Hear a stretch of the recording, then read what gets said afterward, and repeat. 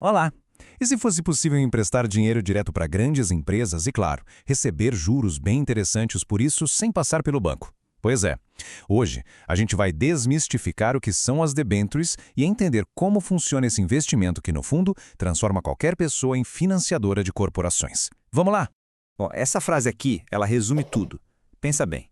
Quando se investe em debentures, a pessoa vira uma credora direta de uma companhia.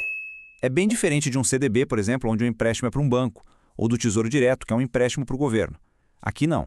Aqui é uma forma de participar do crescimento de uma empresa, mas do lado do credor, não como sócio.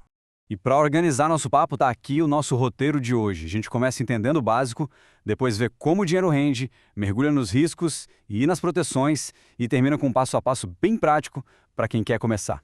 Então, bora para a primeira parte. O que significa, na prática, ser o banqueiro de uma empresa?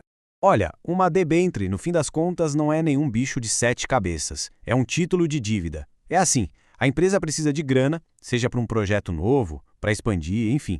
Então ela emite esses títulos. Quem compra está, na prática, emprestando dinheiro para ela. E qual a promessa? Receber esse valor de volta lá na frente, corrigido com juros. Simples assim.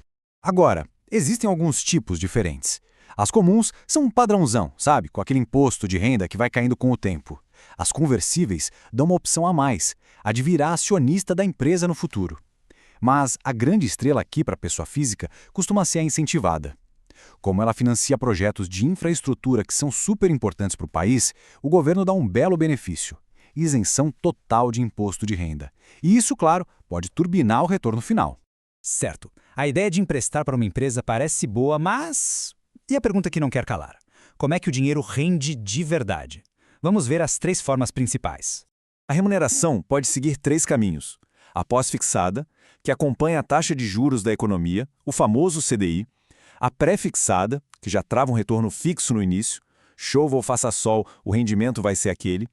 E tem a híbrida, que é muito, mas muito comum nesse tipo de papel. Ela protege da inflação porque paga uma taxa fixa mais a variação do IPCA. Isso garante um ganho real, acima da inflação, o que é fundamental para investimentos mais longos. Tudo bem, os retornos podem ser ótimos, a gente já viu. Mas, como nem tudo são flores, todo investimento tem seus riscos. E quando o assunto é debenture, entender essa parte é crucial. Então, vamos falar abertamente sobre isso. E aqui está o ponto de atenção número 1. Isso aqui é o que todo mundo precisa ter na ponta da língua. Debentures não tem FGC. Diferente de um CDB ou da poupança, aqui não tem essa rede de segurança. Se a empresa que emitiu a debenture quebrar, não existe um fundo para garantir o dinheiro de volta. É por isso, principalmente, que a análise precisa ser muito mais criteriosa. E esses riscos se dividem em 3 categorias principais. O risco de crédito, bom, esse é o mais famoso, né? É o medo do calote da empresa não pagar. O de mercado acontece se for preciso vender o título antes do vencimento. O preço dele pode ter caído por N motivos. E o de liquidez é a dificuldade de achar um comprador para esse título caso precise do dinheiro antes do prazo. Tá, mas e aí? Como é que se mede esse risco de crédito? A principal ferramenta que a gente tem na mão é o tal do rating. Agências especializadas analisam a saúde financeira da empresa e dão uma nota para ela. Uma nota AAA, por exemplo, significa segurança máxima. Já uma nota D indica que a empresa já deu calote. Olhar essa nota é o primeiro filtro de qualquer análise séria. Certo, se não tem FGC, quais são as proteções possíveis?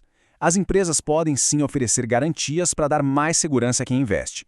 Vamos dar uma olhada em como elas funcionam. A segurança de uma debenture varia muito com o tipo de garantia. Pensa nisso como uma escadinha de segurança, da mais forte para mais fraca. Lá no topo tem a garantia real. Bens físicos, tipo imóveis ou máquinas, são usados para segurar a dívida. Abaixo, a garantia flutuante, que dá uma certa prioridade, mas a empresa ainda pode mexer nos seus ativos. Já a quirografária, bom, aí não tem garantia específica. Quem investe entra na fila como um credor comum. E por último, a subordinada, que, como o nome já diz, coloca o investidor no finalzinho da fila para receber se der algum problema. Entender isso é fundamental. Quanto mais forte a garantia, menor o risco. Beleza, já entendemos o que são, como rendem, os perigos e as proteções. Agora chegou a hora de ir para a prática. Como é que se dá os primeiros passos para investir? O processo é bem direto. Primeiro passo, claro, é ter uma conta numa corretora. O segundo, e talvez o mais importante de todos, é ler o prospecto da oferta. Pensa nele como a bula da debenture. Lá tem todos os detalhes. Terceiro, é preciso olhar o prazo, que costuma ser longo. Então esse dinheiro não pode ser o da reserva de emergência, combinado? E por último, a regra de ouro que vale para tudo: diversificar. Nunca colocar todo o capital numa cesta só, por mais segura que ela pareça. E assim a gente fecha o nosso papo. As debêntures, sem dúvida, abrem uma porta para buscar retornos mais altos, especialmente com aquele empurrãozinho da isenção de imposto. Mas, em troca, elas exigem uma análise de risco muito mais atenta. A pergunta que fica no ar é essa: com tudo isso que a gente viu, essa oportunidade de virar o banqueiro de uma empresa faz sentido para uma carteira de investimentos? A reflexão agora é com cada um.